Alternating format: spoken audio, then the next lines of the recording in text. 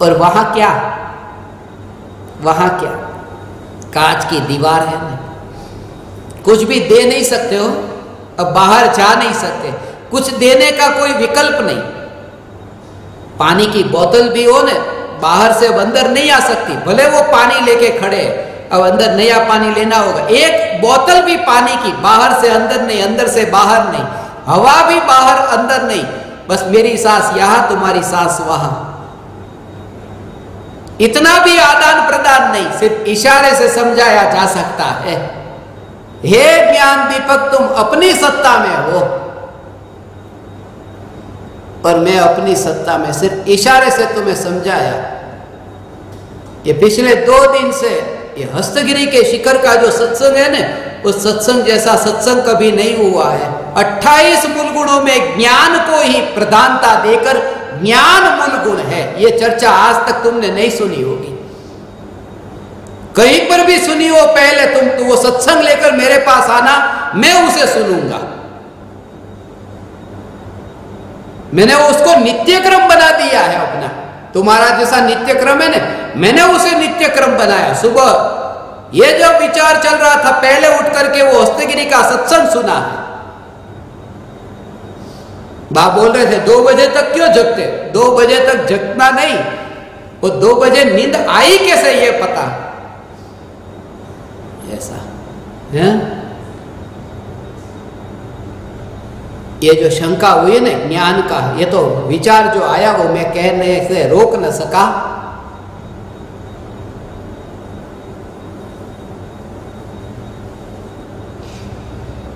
यहां जो पूछा है, क्रिया और भाव की मुख्यता के बारे में आपने बताया, इसका दैनिक चर्या में कैसे प्रयोग करें। ये जो मैंने आपको कहा था कि भाव और क्रिया, अज्ञानी ने आज तक ये सुना कि अरे तुमने क्रिया पर ही जोर दिया है, भाव पर जोर नहीं दिया। और मैंने उस दिन कहा कि भाव पर जोर दिया है, क्रिया पर जोर नहीं दिया। वो भाव का भाव क्या बताया था कि शुभ भाव, अशुभ भाव, ऐसे भावों पर तुम्हारा जोर है, मगर ज्ञान की जो क्रिया है उसमें रत्नत्रय की क्रिया कही, मगर मुख्य रूप से वहां ज्ञान की क्रिया, जानने की क्रिया, जानने की जो क्रिया है उसको क्रिया कहा। अज्ञानी ने देह से ही अपनी पहचान मानी ने कि कोई क्रिया हो रही है, कि हाँ क्रिया हो रही है, अभी मेरा हाथ हिल रहा है, अभी सिर हिल रहा है, अभी पैर हिल रहा है, अभी सांसें भीतर जा रही है, ये क्रिया तो हो रही है। जिसने देह के रूप में स्वीकार किया उसे देह की क्रिया दिखाई देगी, मगर चैतन्य के रूप में जिसका स्वीकार हुआ है वे कहते हैं ज्ञान की क्रिया हो रही है, श्रद्धा की क्रिया हो रही है, चारित्र की क्रिया हो रही है। ये जानने रूप परिणमन, ये श्रद्धा का परिणमन, ये परिणति, ये क्रिया आत्मा में हो रही है, मगर उनमें जोर ज्ञान पर दिया कि ज्ञान की क्रिया, ज्ञान की क्रिया, ज्ञान की क्रिया पर, ऐसी ज्ञान की क्रिया हर अंतर्मुहूर्त में। अब ये भाव समझना, उस पर मुझे रुचि कैसे हो, उनकी रुचि मुझे हो तो हो कैसे, उसे भाव की कैटेगरी में रखा कि शुभ भाव आया, अशुभ भाव नहीं है। ये वाणी सुनने का भाव, ये शुभ भाव आया, मगर वाणी सुनने का ये शुभ भाव कितना ऊंचा भाव, इसका तो अंतर्मुहूर्त में नाश है, क्योंकि शुभ भाव से अशुभ भाव, अशुभ भाव से शुभ भाव, ये तो बदलता ही रहता है। जो नियम से मरने वाला है वैसे तो एक एक समय में मरता है उत्पाद व्यय की दृष्टि से, मगर वो भाव की जाति को देखे तो शुभ से अशुभ होने ही वाला है, उस भाव पर जोर क्यों जो टिकने वाला नहीं। मेरे कहने का भाव ये, वो नहीं टिकेगा, मगर शुद्ध भाव पर तो जोर हो जो अनंत काल तक टिकता है। शुद्ध भाव पर भी जोर नहीं, क्योंकि शुद्ध भाव अनंत काल तक टिकता है, मगर वो शुद्ध भाव अनादि काल से तो नहीं था ना। ये जो ज्ञान की जानने जानने जानने रूप जो क्रिया है, ये तो अनादि अनंत है। इसलिए भाव पर जोर नहीं और क्रिया पर जोर, ये ज्ञान की क्रिया, जानने रूप परिणमन। ये जानने रूप परिणमन की बात हुई, उसमें भी बहुत सूक्ष्म भाव है। ज्ञान का सामान्य और विशेष जो परिणमन है, ज्ञान का परिणमन,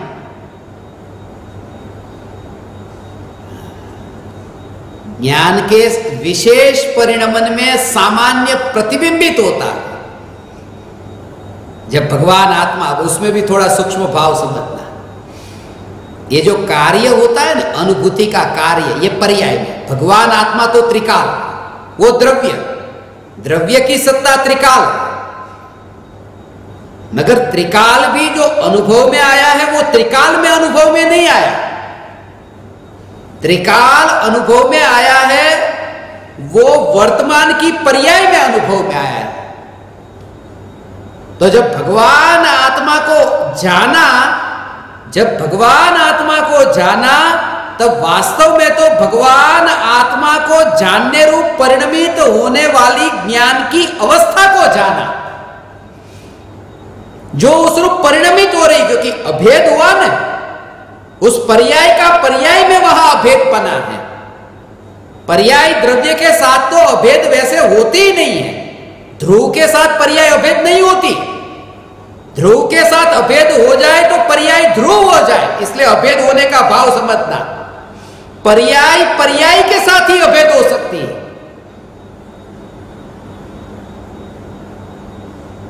ये तो गहरा स्वरूप है, ऐसा चैतन्य ज्ञान का स्वरूप। और सामान्य माने जो अनादि अनंत ऐसा जो ज्ञान, उसको कहते हैं सामान्य। और एक समय की जो जानने रूप पर्याय, जिसमें वो सामान्य जानने में आता है,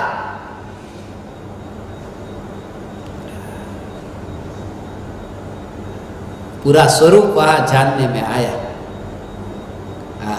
वो पूरा स्वरूप जानने में आया, वहां पर अनुभव हुआ, मगर अनुभव के काल में वो मिठास, रसगुल्ला जीभ पर आया। रसगुल्ला जो है ना, ये रसगुल्ला और ये जीभ, तो रसगुल्ला जब जीभ पर आया, तो रसगुल्ले का जो ऊपर का भाग है ना, जिसको जीभ ने छुआ भी नहीं है, मगर जैसे ही यहां नीचे के भाग, रसगुल्ले का नीचे का भाग, जीभ का ऊपर का भाग जैसे ही छुआ, उस समय जो तुम्हें यह अनुभव कि रसगुल्ला मीठा है, माने यहां की पर्याय में, यहां जीभ माने वो पर्याय, रसगुल्ला माने वो द्रव्य, समझने के लिए। ऐसे ही द्रव्य जब पर्याय में अनुभव में आता है, तब कार्य पूरा यहां पर जीभ पर हुआ है, रसगुल्ले में तो कुछ हुआ ही नहीं। इसलिए ये पर्याय का महत्व क्या है? क्योंकि कार्य पर्याय में होता है। इसलिए स्वच्छंदी मत होना कि द्रव्य तो शुद्ध है, द्रव्य तो शुद्ध है। द्रव्य शुद्ध है, मगर ये द्रव्य शुद्ध है, ये पर्याय के बिना कार्य होगा कहां? पर्याय का निषेध नहीं। द्रव्य द्रव्य में तो अनुभव में नहीं आता है। जीभ का निषेध मत करो, बिना जीभ का रसगुल्ला चखोगे कैसे? मगर एक बात पक्की समझो कि जब रसगुल्ला जीभ पर आए, तब मेरी ये जीभ ऐसा विकल्प नहीं, तब रसगुल्ले का ही रस लेना है। जीभ का निषेध किए बिना, जीभ के विकल्प के बिना, दो बात समझना, जीभ को काटे बिना, जीभ का निषेध किए बिना, जीभ को मुख्य किए बिना रसगुल्ले का अनुभव। ऐसे ही पर्याय का निषेध किए बिना और पर्याय के विकल्प के त्याग करके द्रव्य का जो अनुभव, उसे कहते हैं भाव। वो शुद्ध भाव है ना, वो भाव क्रिया। इसका समझना हो, बहुत बहुत सूक्ष्म बात है कि एक है शुद्ध भाव और एक है ज्ञान की पर्याय। महान कौन? महान कौन? कि महान वो शुद्ध भाव महान नहीं। क्यों? अब उसका स्वरूप समझो। शुद्ध भाव महान नहीं, वो क्रिया महान। जैसे केवल ज्ञान प्रकट हुआ ना, केवली भगवान की, तो ये पहली केवल ज्ञान की पर्याय। तो उस समय केवली भगवान का शुद्ध भाव, दूसरे समय में शुद्ध भाव, तीसरे समय का शुद्ध भाव, ऐसे अनंत काल तक। तो ये अनंत काल के शुद्ध भाव, अनंत काल के शुद्ध भाव, और अपने ही नहीं, अनंत केवलियों के, अनंत केवलियों के ये शुद्ध भाव केवल ज्ञान की पर्याय में प्रतिबिंबित होते हैं ना। तो केवल ज्ञान की पर्याय को भी क्रिया कहते हैं, क्योंकि वो भी पर्याय है ना। तो क्रिया, जिस एक समय की क्रिया में ये अनंत केवली के शुद्ध भाव समा जाते हैं, अर्थात जानने में आ जाते हैं। जिस पात्र में सब कुछ आ गया, वो पात्र की महिमा कैसी। एक समय की ज्ञान की पर्याय में अनंत शुद्ध भाव समा जाते हैं, ऐसी ये ज्ञान की पर्याय, फिर भी उस पर्याय पर जोर नहीं, और त्रिकाल चैतन्य सत्ता पर जोर, ये धर्म का सार, ये तीर्थंकर परमात्मा की दिव्य ध्वनि का सार। अंतिम शंका,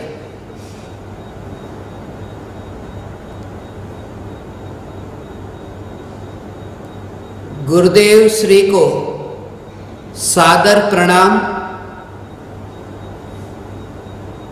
Some small doubt about one word in Srimad Rajchandra Ji book in page number 158 and line number 30 is, हमने बहुत विचार करके ये मूल तत्व खोजा है कि गुप्त चमत्कार ही सृष्टि के ध्यान में नहीं है। गुरुदेव, not able to understand, please clarify. प्रणाम। शांतिलाल मेहता, नवी मुंबई। परम कृपालु देव के अनेक वचन ऐसे हैं जो अज्ञानी को ऊपर ऊपर से पढ़े तो समझ में नहीं आ सकते, और ऐसा ही ये वचन है कि हमने बहुत विचार करके मूल तत्व खोजा है। इससे तुम्हें यह समझ में आना चाहिए, ये विचार की महिमा। ये परम कृपालु देव से मैंने जाना, वरना पढ़ना पढ़ना पढ़ना ही कहता था।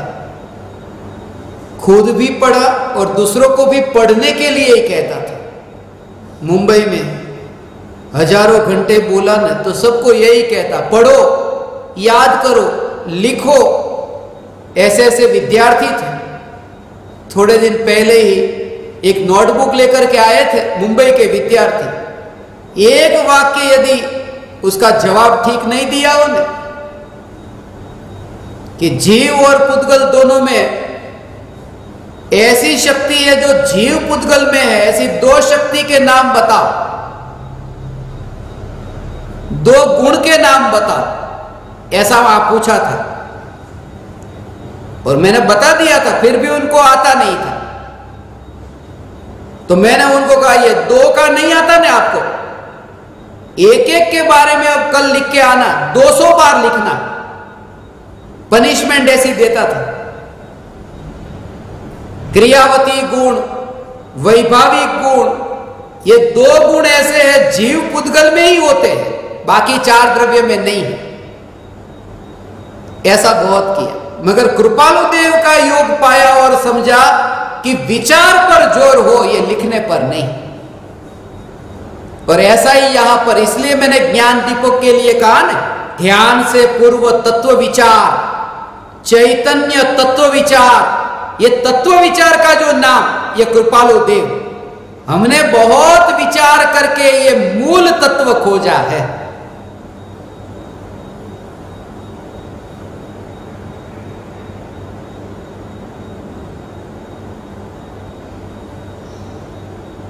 ये मूल तत्व खोजा है, खोजा है अर्थात ज्ञान में जाना है। कहीं खोया हुआ हो और खोजा ऐसा नहीं है, अनादि से था मगर ज्ञान में नहीं था, इसलिए एक खोजा है ऐसा कहा। और मूल तत्व का मतलब दो नहीं है, दो अलग अलग नहीं है। मूल तत्व हो और कोई दूसरा तत्व हो। परम कृपालु देव की यह भाषा थी, इसलिए कृपालु देव ने यह मूल शब्द का प्रयोग किया। मूल मार्ग सांभळो जिन्नो रे। मूल मार्ग तो दो मार्ग थोड़ी है, एक तो मूल मार्ग और कोई दूसरा होगा कि जब मूल मार्ग में ट्रैफिक जाम होगा तो दूसरे मार्ग से चले जाना मोक्ष में, ऐसा वो मार्ग नहीं है। मूल मार्ग उस पर पूरे सत्संग हुए हैं। मूल मार्ग सांभळो जिन्नो रे। कोबा में थया था प्रवचन, आत्मानंद जी बैठा था एना आखी शिबिर में पोते बैठा था त्या मूल मार्ग सांभळो जिन्नो रे। 2015 में लगभग, मुझे साल आगे पीछे हो तो देख लेना, मगर 2015 के आसपास था।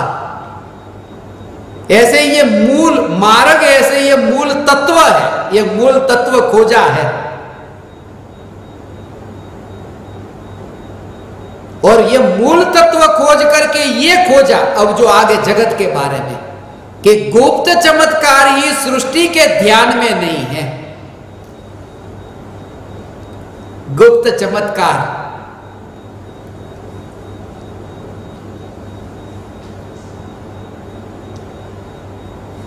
ये गुप्त चमत्कार है, ये बोलना नहीं। इसलिए मैंने ये कहा कि ज्ञान दीपक, जिनका भी ज्ञान का दीपक प्रज्वलित होगा ना, उनकी मैं दुंदुभी नहीं बजाने वाला, ढोल नगाड़ा नहीं बजाऊंगा।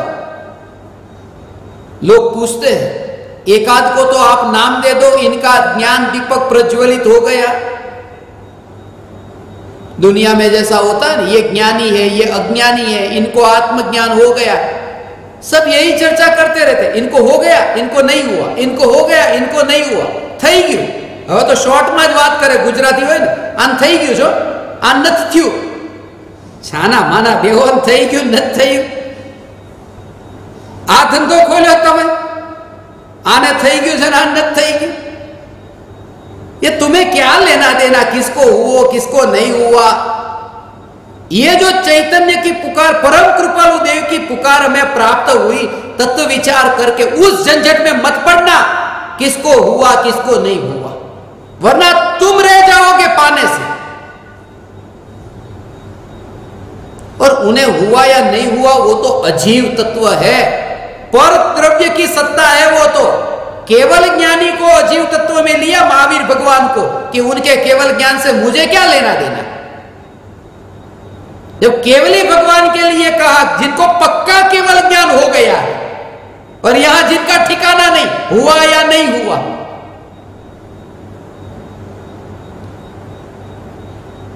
और खास करके मैं ज्ञान दीपकों को कहूं, क्योंकि ये चर्चा तुम्हारी होती है ना, एक दूसरे से मिलते हो, इस आश्रम वाले को, उस आश्रम वाले को, आश्रम के शिष्य को, दूसरे आश्रम के शिष्य को, उस आश्रम की उधर, उधर की उधर, उधर की उधर, ये सब झंझट बंद कर देना। ज्ञान दीपकों को कहता हूं, कम से कम ये नाम बदनाम मत करना। ज्ञान दीपक जो होगा वो उस झंझट में चर्चा ही नहीं करेगा किसको हुआ किसको नहीं हुआ। पहली बात तो दूसरी व्यर्थ की झंझट में ही नहीं पड़ेगा, उसके पास समय कहां है यह चर्चा करने के लिए।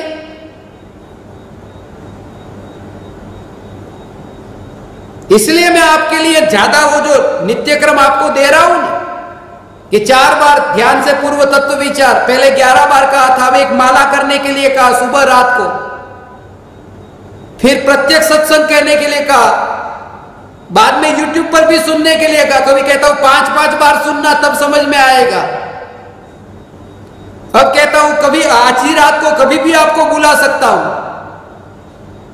ये इसलिए ये सब कर रहा हूं कि तुम्हें समय ही नहीं मिले ये झंझट में, व्यर्थ में झंझट में पड़ने के लिए।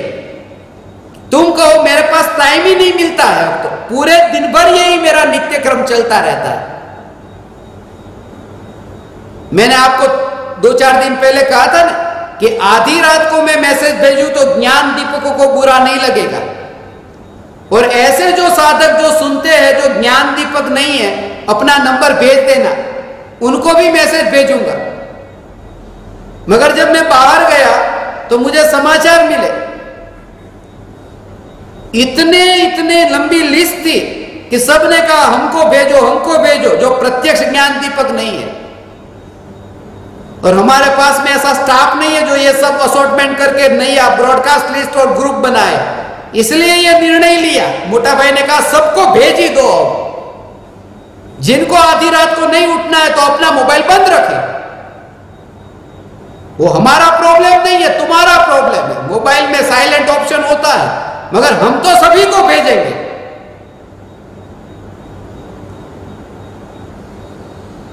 ये मूल तत्व गुप्त चमत्कार से ये बात मुझे याद आई कि ये अनुभव है वो गुप्त है, इसलिए स्वयं ही अनुभव करके भोगो। और जब तुम भोगोगे ना तब किसको हुआ नहीं, जिन्हें हुआ था, जिनके निमित्त से तुमने पाया, उनकी और तुम्हें अहोभाव बढ़ेगा। अब तुम गुणगान गाओगे उनके नहीं जिनको नहीं हुआ, उनके जिनके निमित्त से तुमने पाया। गुप्त चमत्कार ही सृष्टि के ध्यान में नहीं है। सृष्टि माने ये सब अज्ञानी जन के ज्ञान में सारा जगत तो आता है, मगर वो गुप्त चैतन्य चमत्कार ये नहीं आता। और जब ये चैतन्य चमत्कार नजर में आता है, दृष्टि में आता है, तब तो ऐसा ढेर दिखता है, शक्कर के दाने की भांति हो। ज्ञान की सत्ता को जैसे देखता है ना, शक्कर का दाना, दाने के पास दाना, उसके पास दाना, और सब में तुम मिठास को ऐसे देखते हो। ऐसे ही जो भी ज्ञान दीपक ऐसे है ना, यहाँ पर बैठे ना, ऐसे सबको वो देखता है शक्कर के दाने। अर्थात जैसे मीठे पने से भरपूर शक्कर का दाना, ऐसे ही मिठास से भरपूर शक्कर का दाना, ऐसे ही ज्ञान से भरपूर, ऐसे ज्ञान से भरपूर परमात्मा का ढेर। ये सामने परमात्मा ऐसा दृष्टि में आना, वो तब आ सकता है जब ये गुप्त प्रकट हुआ। और वास्तव में गुप्त का भाव तो ये है, अंदर में छुप जाना। गुप्त है ना, उसको छुपना कहते हैं। ये उपयोग जो यहां भटक रहा था, थोड़े दिन से वो दिखता नहीं है, वो कहां चला गया, वो छुप गया। कहां कि भगवान आत्मा में वो छुप गया है, वो बाहर कहीं भटकता नहीं है। अब उसको कहते हैं गुप्त। ये गुप्त चमत्कार सृष्टि के ध्यान में नहीं है। हे ज्ञान दीपक, तुम्हारे ध्यान में ये आया है, धन्य भागी समझो स्वयं को।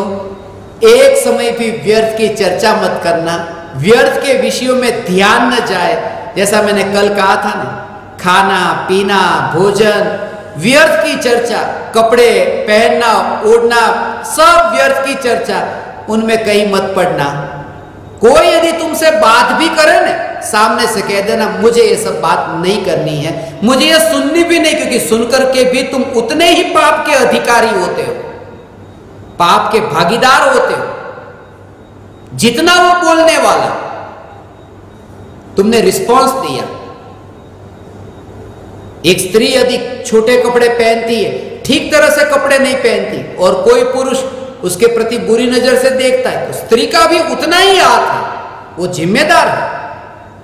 किसी की बात को भी तुमने सुना, ऐसी व्यर्थ की बात, इसे हुआ इसे नहीं हुआ, उनके आश्रम में ये हो रहा है, उनके आश्रम में ये हो रहा है, उनके वहां ऐसा विकास हो रहा है, उनके वहां ये विकास हो रहा है, नहीं, ये सुनना भी नहीं और बोलना भी नहीं, और मुझे चैतन्य की चर्चा करना है। बस ये मेरा स्वयं का अनुभव है कि फालतू की व्यर्थ की चर्चा में जीवन बर्बाद होता है, ये मुझे नहीं करना, क्योंकि डिपार्चर का समय हो गया है। आज इतना ही।